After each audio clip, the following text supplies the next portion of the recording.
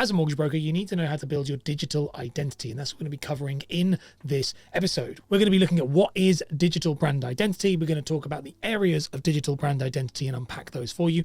And we're going to look at why it is so important for mortgage brokers to know about. We're going to be doing all of that right now, so let's dive into it. The first thing to answer is, what is digital brand identity? Digital brand identity is the collection of online elements and touch points associated with a brand, encompassing a platform such as social media, websites, emails, webinars. So these digital assets shape the perception of the brand among prospects, leads, and customers, and it plays a crucial role in establishing trust and convincing them of your authority in a digital space. In the context of today's episode, digital identity is the corresponding part to the physical identity, which is part of the personal brand ecosystem, which is what we're breaking down in this small series. So the digital identity is the other part that's going to support your physical brand identity. We need to talk about the areas of your digital brand identity, because your brand identity is made up of many areas and your digital identity is exactly the same. So let's unpack each one for you and explain how they work. The first one you have is social media profiles. So your social media profile is probably the first place people are going to think about when it comes to digital identity. Things like Instagram, Facebook, LinkedIn,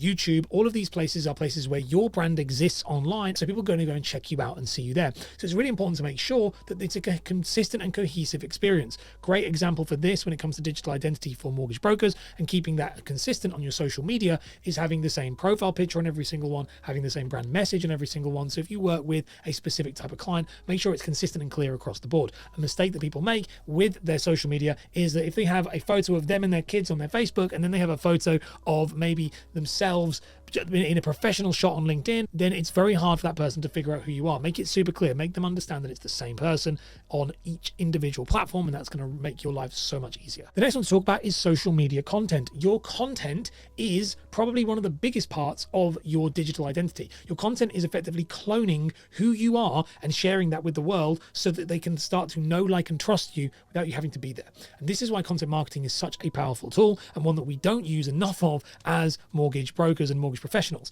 If you think about this, your content should be representing your expertise and your knowledge. So make sure that your content is very clear, very consistent across your specific speciality, being that could be, say, mortgages for first-time buyers, remortgaging, it could be self-employed, whatever it may be. Make sure that each individual piece of content is targeted to that specific niche. Not, and this is a big mistake that people make, not creating content that is talking about their friends or showing their family members. That type of content is reserved for a different space. I'm going to talk about that as we go through in different episodes in the future. But really, the worst mistake I see people make is they muddy the water with their digital identity on their social media content by posting everything and instead just focus on business. The next one to talk about is websites. So your website is something that falls very much into your digital identity. I also hear people talk about websites as if they're not needed anymore, and this is just not the case. People will check out your websites still to this day.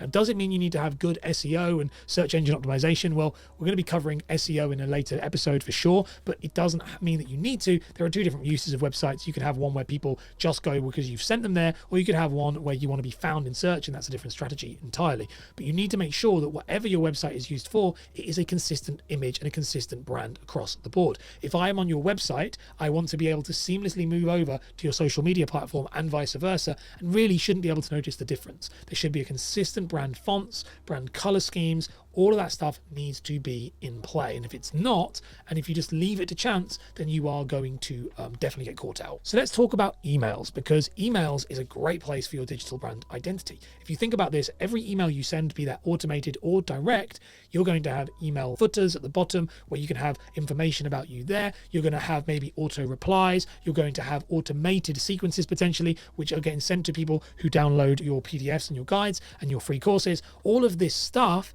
is digital brand identity, and all of this stuff needs to resonate with what you currently stand for, what you stand against, and again, put the time into it. If you don't put the time into those areas, then they can be super easy to miss, but actually could be costing you some business because you haven't got, again, a cohesive and consistent brand. And the last one we're going to talk about in this episode is Google. Now, Google, I'm not talking about SEO and search and all of that jazz. What I'm actually talking about in here is Google as what people are saying about you. Are you looking online, and when you Google yourself, are you finding that your brand is appearing for all the right reasons? It's really more about what we call brand SERP, which is search engine results page. What is appearing when people search you?